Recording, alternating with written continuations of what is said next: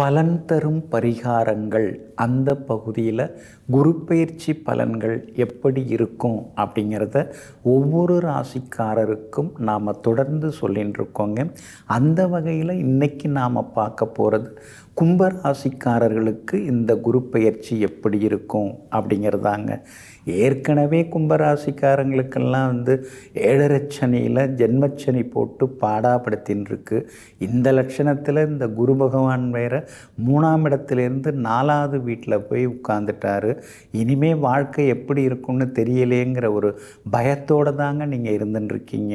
பொதுவாகவே 3ஆம் இடத்து குருவை விட 4ஆம் இடத்துல இருக்கக்கூடிய குரு ஓரளவு உங்களுக்கு நன்மை தாங்க தருவார். அது எப்படிங்க தருவார்? எல்லாருக்கும் ஒரே ரூல்ஸ் தானே அப்படின்னு நீங்கள் கேட்குறது புரியுதுங்க. தருவாருங்க.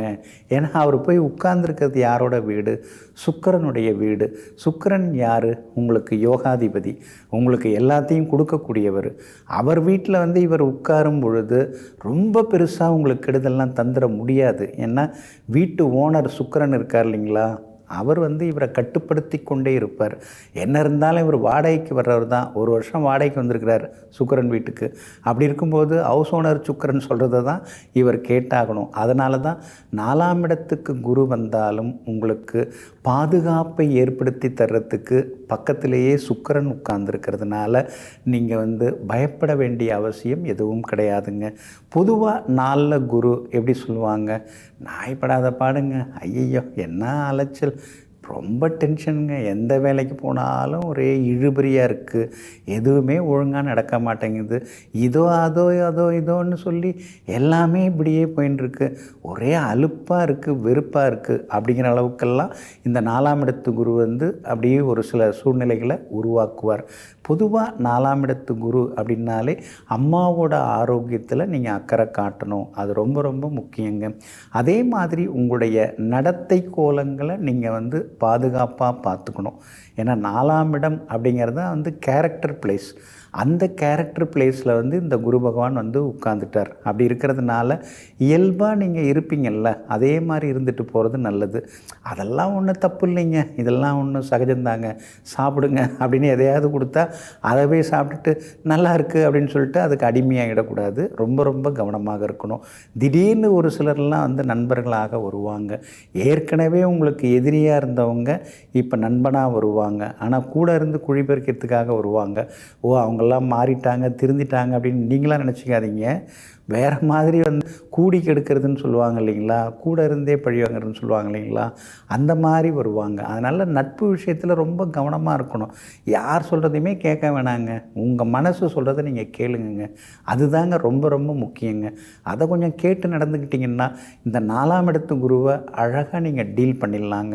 பொதுவாக 4 குரு இருக்கும்போது வீடு கட்ட ஆரம்பிக்கிறீங்களா, கவனமாக இருக்கணும். பிளான் அப்ரூவல் வாங்கிட்டீங்களா, முதல்ல அதை பண்ணுங்கள். சிஎம்டிஏ எம்எம்டிஏ அப்ரூவல் இருக்குதா, அந்த வீட்டு மனைக்கான பட்டா சிட்டா அடங்கல் அதெல்லாம் சரியாக இருக்கா, புறம்போக்கு இடத்துல வீடு கட்டிடக்கூடாது. அப்புறம் கோவிலை சார்ந்த இடம், கோவில் இடம் அதெல்லாம் போய் வாங்கி வீடு கட்டின்னு இருக்காதீங்க. ஏன்னா 4ஆம் இடம்ங்கிறது கட்டிட ஸ்தானம். நிறைய பேர் 4ஆம் இடத்துல குரு வரும்போது தான் வீடு கட்டவே ஆரம்பிப்பாங்க. பரவாயில்ல, தப்பு இல்லை, சுப செலவு நல்லது தான். ஆனால் அதே நேரத்தில் பத்திரமெல்லாம் ஒழுங்காக இருக்கா அப்படின்னு பார்த்துக்கணும். அளந்து கட்டுறதுன்னு சொல்லுவாங்க இல்லைங்களா, விஏஓ, ஆர்ஐ, தாசில்தார் இவங்களெல்லாம் வரவழைச்சி அளந்து கரெக்டாக கட்டிட்டு அப்புறமா நீங்கள் கட்ட ஆரம்பிக்கணும். அதே மாதிரி பில்டர்கிட்ட நீங்கள் கொடுக்குறீங்களா, கரெக்டாக அந்த கான்ட்ராக்ட்லாம் பேசணும். இப்போ ஒரு ரேட்டு அப்புறம் ஒரு ரேட்டு அப்படின்னு சொல்லி அதையும் ஏற்றிட்டு போகக்கூடாது. பில்டர் நல்லவராக இருக்காரா அதெல்லாம் கொஞ்சம் பார்த்துட்டு அது மாதிரி பண்ண ஆரம்பிக்கிறது நல்லதுங்க. பொதுவாக 4ஆம் இடத்து குரு அப்படின்னாலே என்ன பண்ணுவார், வீடு மாறுறது அது கொஞ்சம் செய்வார். அப்புறம் சிலர்லாம் ஊர் மாறுறதுக்கே வாய்ப்பு இருக்குது. இங்கே வந்ததுலேருந்தே சரியில்லை, நம்ம வெளியூர் போகலாம் அப்படிங்கிற மாதிரி. ஆனால் சொந்த ஊருக்கு எந்த காரணத்தை முன்னிட்டும் இப்போ போயிடக்கூடாது. பூர்வீக சொத்து உள்ள இடம், அதாவது ஊரில் சொந்த வீடு, அங்கேயே போயிடலாம் அப்படின்னு அந்த முடிவு எடுக்கக்கூடாது. அதாவது வந்த ஊரில் எங்கேயாவது மாறுறதா இருந்தால் நீங்கள் மாறலாம். சொந்த ஊரில் இன்னும் 1 வருஷம் கழித்து போய்க்கலாம். இப்போதைக்கு போகாமல் இருக்கிறது நல்லது. அதனால் வீடு கட்டுறதா இருந்தால் அதெல்லாம் கொஞ்சம் யோசித்து பண்ண பாருங்கள். பொதுவாக 4ஆம் இடம் அப்படின்னு என்னங்க, அதுதான் வாகனஸ்தானம். அப்போ நீங்கள் வந்து வண்டி வாகனம் ஏதாவது வாங்குறீங்களா, பார்த்து யோசித்து வாங்குங்க. பழைய வாகனம் வாங்கிடாதீங்க. ஏன்னா அது வந்து அடிக்கடி உங்களுக்கு வந்து செலவுகளை வச்சுக்கிட்டே தான் இருக்கும். அதே மாதிரி அந்த பழைய வாகனத்தின் பேரில் ஏதாவது கேஸ் இருக்கா, அதெல்லாம் பார்த்துக்கணும். முடிஞ்ச வரைக்கும் பழைய வாகனம் வாங்குறத தவிர்த்துட்டிங்கன்னா நல்லது. புது வாகனம் வாங்கலாம், ஆனால் தொலைதூர பயணங்கள் சொந்த வாகனத்தில் தவிர்க்கிறது நல்லது. நெடுஞ்சாலை பயணங்கள் அதெல்லாம் கொஞ்சம் தவிர்க்கிறது ரொம்ப நல்லது. கொஞ்சம் அப்படியே சிட்டிக்குள்ளே இருந்தாங்க அப்படின்னு சொல்லி வச்சுட்டிங்கன்னா அதனால் ஒன்றும் பாதிப்புகள் எதுவுமே வராதுங்க. 4ஆம் இடத்து குருவாச்சே அப்படின்னு சொல்லி நீங்கள் கவலைப்பட்டுட்டு தான் இருக்கீங்க. ஆனால் சுக்கிரன் வீடுங்கிறதுனால உங்களுக்கு நல்லது பண்ணிட்டு தான் இருப்பார். 4ஆம் இடத்தில் இருக்கக்கூடிய குரு பகவான் 10ஆம் இடத்தை நேருக்கு நேராக பார்க்குறார். அப்படி பார்க்கறதுனால என்ன ஆகுது, உத்தியோகம் கொஞ்சம் நல்லாயிருக்கும். உத்தியோகத்தில் நிறைய பேருக்கு இடமாற்றம் வரத்துக்கு வாய்ப்பு இருக்குது. முன்னாடியே நான் நினச்சிட்டு தான் இருந்தேன், எப்படி நம்மளை இந்த வருஷம் மாற்றி தான் போடுவாங்கன்னு. அதே மாதிரியே மாற்றி போட்டாங்க. எங்கேயாவது பரவாயில்ல, நார்த் இந்தியா பக்கம் போக வேண்டியதாக போச்சு அப்படின்னு சிலருக்கு வட இந்திய பகுதி அந்த மாதிரி பகுதியில் ட்ரான்ஸ்ஃபர் வர்றதுக்கான வாய்ப்புகள் எல்லாமே இருக்குது. உத்தியோகத்தில் யார் எது சொன்னாலும் அமைதியாக கேட்டுக்கிறது நல்லது. உங்களை விட வந்து கீழ்நிலை கிரேடில் இருப்பாங்க இல்லைங்களா, அவங்க எதாவது சொன்னால் கூட கேட்டுக்கணும். மேல்நிலை அதிகாரிகள் அவங்க சொல்லும்போதும் கேட்டுக்கணும். உங்களுக்கு சமநிலையாக பணிபுரியக்கூடிய சக ஊழியர்கள் அவங்க எதாவது சொன்னால் கூட அதையும் நீங்கள் வந்து இப்போ பொறுமையாக கேட்டுக்கணும். ஏன்னா நிலைமை கொஞ்சம் சரியில்லாமல் இருக்கிறதுனால உத்தியோகத்தில் வந்து வீரியமாக பேசி வீணாக போயிடக்கூடாது. அதனால் வந்து சரி ஓகே பார்த்து அனுசரித்து கொண்டு போவோம் அப்படிங்கிற அளவுக்கு நீங்கள் கொண்டு போனீங்கன்னா இன்னும் கொஞ்சம் நலமாக இருக்குங்க. 7.5 சனி ஜென்மச்சனி ஏற்கனவே ராசிக்குள்ளார உட்காந்து உங்களை மிதின்னு மீஷின்னு இருக்கார். மார்ச் மாதம் வரைக்கும் இருக்க போகிறார். 2025 மார்ச் வரைக்கும் அந்த ஜென்ம சனி உங்களுக்கு இருப்பார். அப்படி இருக்கிறதுனால 4ஆம் இடத்துலையும் குரு வந்து உட்கார்ந்துருக்கிறதுனால கொஞ்சம் வந்து ஆரோக்கியத்தில் நீங்கள் அக்கறை காட்டணும். உணவு கட்டுப்பாடு இந்த ஒரு வருஷத்துக்கு உங்களுக்கு ரொம்ப ரொம்ப முக்கியமாக தேவைப்படுது. ஏன்னா 4ஆம் இடத்துக்கு குரு வந்தால் நேரத்தில் சாப்பிட முடியாது. நேரம் கடந்து காலம் தவறி 8 மணிக்கு சாப்பிட்ற டிஃபனை வந்து 10:30 மணிக்கு சாப்பிட வேண்டியதாக இருக்குது அப்படின்னு சொல்லுவாங்க இல்லைங்களா. அதே மாதிரி டின்னரும் அது மாதிரி மாறி போகும். இதனால் வந்து உடல் பருமனாகக்கூடிய வாய்ப்புகள் நிறையா இருக்குது. அப்படி இருக்கிறதுனால அதெல்லாம் கொஞ்சம் பார்த்துக்கிறது நல்லது. அந்த நேரத்துக்கு சாப்பிட்றது அது மாதிரி உங்களுக்குன்னு ஒரு செல்ஃப் அந்த ஒழுக்கம் சுய ஒழுக்கம் இருக்குது இல்லைங்களா, அதை வந்து நீங்கள் இப்போ வந்து பின்பற்றணும். மறக்காமல் இப்போ வந்து அந்த செல்ஃப் டிசிப்ளினை வந்து நீங்கள் வந்து பின்பற்றினீங்கன்னா இந்த 4ஆம் இடத்து குருவால் ஏற்படக்கூடிய பாதிப்புகள்லாம் கொஞ்சம் கொஞ்சமாக விலக ஆரம்பிக்குங்க. அதே மாதிரி 4ல் குரு வந்து உட்கார்ந்ததுனால கொஞ்சம் மறதியெல்லாம் கொடுக்கும். ஒரே நாளில் 4 வேலை, 4மே முக்கியமான வேலை, 4 கல்யாண பத்திரிக்கை, 4 வீட்டுக்கும் போக வேண்டியதாக இருக்குது அப்படின்னு சொல்லுவாங்க இல்லைங்களா. அந்த மாதிரியெல்லாம் திடீர்னு வேலை சுமைகள் அப்படியே அதிகமாகிக்கிட்டே போகும். யாராவது உங்களை புகழ்ந்து பேசுகிறாங்கன்னா உடனே கவனமாக இருங்க. யாராவது உங்களை இகழ்ந்து பேசுகிறாங்களா, கரெக்ட் நல்லா தான் இருக்காங்க, சரியாக தான் போயின்ட்டுருக்கு லைஃபு அப்படின்னு நீங்கள் நினச்சிக்கலாம். ஆனால் புகழ்ந்து பேசுகிறாங்கன்னா ஏதோ ஒரு ஆபத்து இருக்குன்னு அவங்களால ஏதோ ஒரு ஆபத்து இருக்குது. அது மாதிரி இந்த சின்ன பொருள்லாம் அன்பளிப்பாக கொடுத்துட்டு பெரிய பொருளை வாங்கிட்டு போகிறதுக்கெலாம் சிலர் வருவாங்க. அவங்கள்ட்டெல்லாம் வந்து நீங்கள் இப்போ கொஞ்சம் கவனமாக இருந்துட்டிங்கன்னா ரொம்ப நலமாக இருக்கும். எல்லாமே சரிதாங்க. என்ன தான் இந்த குரு பகவான் வந்து உங்களுக்கு பிரச்சனையை ஏற்படுத்தி கொடுத்தாலும் அதே நேரத்தில் சுக்கிரன் கடைசி நேரத்தில் ஓடி வந்து அந்த பிரச்சனையை வந்து சரி பார்த்துட்டு சரி பண்ணிவிட்டு அப்புறமா அவர் கிளம்பிடுவார். அதுக்காக நீங்கள் வந்து அலட்சியமாக இருந்துடக்கூடாதுங்க. குடும்பம் எப்படி இருக்கும், பரவாயில்ல ஏனோ தானோன்னு அப்படியே ஓடின்னு இருக்குது. பெருசாக அந்யோன்யம் இல்லைன்னாலும் சண்டை கெடுபிடி அதெல்லாம் ஒன்றும் இருக்காது.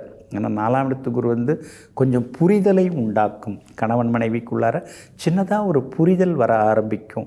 அது ஒருத்தவங்க பார்த்து பேசிக்கிறது அதெல்லாம் கொஞ்சம் நல்லா தான் இருக்கும். ஆனால் அந்த திடீர்னு வந்து ஏதாவது ஒரு பழைய சம்பவத்தை வந்து சொல்லிடக்கூடாது. அது ரொம்ப முக்கியம்.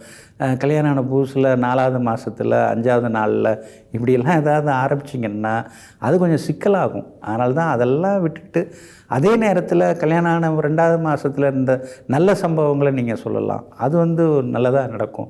நெகட்டிவாக வீட்டில் இருக்கிறவங்க பேசினா கூட அவங்கள பாசிட்டிவாக நீங்கள் மாற்றிக்கிட்டே இருக்கணும். அதுதான் இந்த 4ஆம் இடத்து குருங்க. வியாபாரம் ரொம்ப அற்புதமாக இருக்கும். 3ஆம் இடத்து குருவை விட 4ஆம் இடத்து குருவில் வியாபாரம் ரொம்ப நல்லாயிருக்கும். எல்லா வகையிலும் உங்களுக்கு லாபம் இருக்குது. வாடிக்கையாளர்கள்லாம் அதிகமாக வருவாங்க. கடையை இன்னும் கொஞ்சம் பெருசுப்படுத்தலாம். தைரியமாக இருங்க. உத்தியோகத்தில் வந்து வேலை சுமை இருக்கும். ஆனால் அதே நேரத்தில் அழுத்துக்கக்கூடாது. யாரை பற்றியும் குறையே சொல்லாதீங்க. எல்லாரையும் அனுசரித்து கொண்டு போயிட்டிங்கன்னா 4ஆம் இடத்து குருவால் பெரிய பாதிப்புகள் எதுவுமே இருக்காதுங்க. 8ஆம் இடத்தை குரு பகவான் பார்க்குறதுனால திடீர் பயணங்கள் உண்டு, ஆயுள் அதிகரிக்குங்க. 12ஆம் இடத்தை பார்க்குறதுனால சுப செலவுகள் உண்டு. மகளுக்கு கல்யாணத்தை கிராண்டாக நடத்தி முடிப்பீங்க. மகனுக்கெல்லாம் வேலை கிடைக்க வாய்ப்பு இருக்குது. வேலை கிடைக்கிறதுனால உங்கள் பிள்ளைங்க வெளியூர், வெளிமாநிலம், வெளிநாடு அது மாதிரி உங்களை விட்டு பிரிஞ்சு போகிறதுக்கான வாய்ப்புகள் இருக்குது. உங்களுக்கும் விசா கிடச்சி பிள்ளைங்களை போய் பார்த்துட்டு வரலாம் அப்படின்னு வெளிநாட்டு பயணங்களையும் இந்த 4ஆம் இடத்து குரு நிச்சயமாக தருவாருங்க.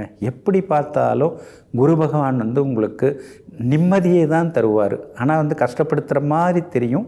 ஆனால் அந்த கஷ்ட நஷ்டங்கள்லேருந்து விலக்கி உங்களுக்கு நிம்மதியை வாரி வழங்கக்கூடியவராக இருப்பார். இந்த 4ஆம் இடத்து குருவால் உங்களுக்கு மேலே மேலே நல்லது நடக்கணும்னா தக்கோலம் அப்படின்னு ஒரு அற்புதமான ஊருங்க. அது எங்கே இருக்குன்னா வேலூர் மாவட்டம் அரக்கோணத்துக்கும் பேரம்பாக்கத்துக்கும் நடுவில் தக்கோலத்தில் அற்புதமான ஒரு சிவாலயம் இருக்குது. அங்கே உத்கடி ஆசனம் அப்படிங்கிற ஆசனத்தில் ஸ்ரீ தட்சிணாமூர்த்தி காட்சி கொடுத்துட்டுருக்கார். ரொம்ப ரொம்ப சிறப்பான சக்தி வாய்ந்த தட்சிணாமூர்த்தி இவர். அதாவது வலது காலை தரையில் ஊன்றி இடது காலை மடித்து வைத்து ரொம்ப அற்புதமான, அதுதான் உத்கடி ஆசனம் அப்படின்னு சொல்லுவாங்க. அப்படிப்பட்ட தட்சிணாமூர்த்தி பெருமானை நீங்கள் போய் ஏதேனும் ஒரு வியாழக்கிழமையில் போய் தரிசனம் பண்ணிட்டு வாங்க. நெய் விளக்கு ஏற்றி வணங்குங்க. அதுக்கு பிறகு அருகில் இருக்கக்கூடிய சிவாலயத்தில் அருள்பாலித்து கொண்டிருக்கக்கூடிய ஸ்ரீ தட்சிணாமூர்த்திக்கெல்லாம் நீங்கள் நெய் விளக்கு ஏற்றி வணங்குறது ரொம்ப நல்லதுங்க. பரிகாரமாக ஆதரவற்ற முதியோர்கள் இருப்பாங்க இல்லைங்களா, அவங்களுக்கு ஏதாவது சாப்பாடு கொடுக்கறது, துணிமணி கொடுக்கறது, அதெல்லாம் கொடுத்தீங்கன்னா ரொம்ப ஒரு பெரிய பாக்கியம், உங்களுக்கு யோகம் உண்டாகும். தேங்காய் தானமாக கொடுங்க. இந்த 4ஆம் இடத்து குரு உங்களுக்கு நல்லதையே செய்வாருங்க. நெஞ்சிற்கினியவர்களே, சுக்கிரவாரமாகிய இன்றைய நாள் உங்களுக்கு சகல சௌபாக்கியங்களையும் அள்ளித்தரும் அஷ்டலட்சுமி யோகமான நாளாக அமையட்டும். மீண்டும் சந்திப்போம். நன்றியுடன் உங்கள் ஜோதிட முனைவர் KP வித்யாதரன். வணக்கம்.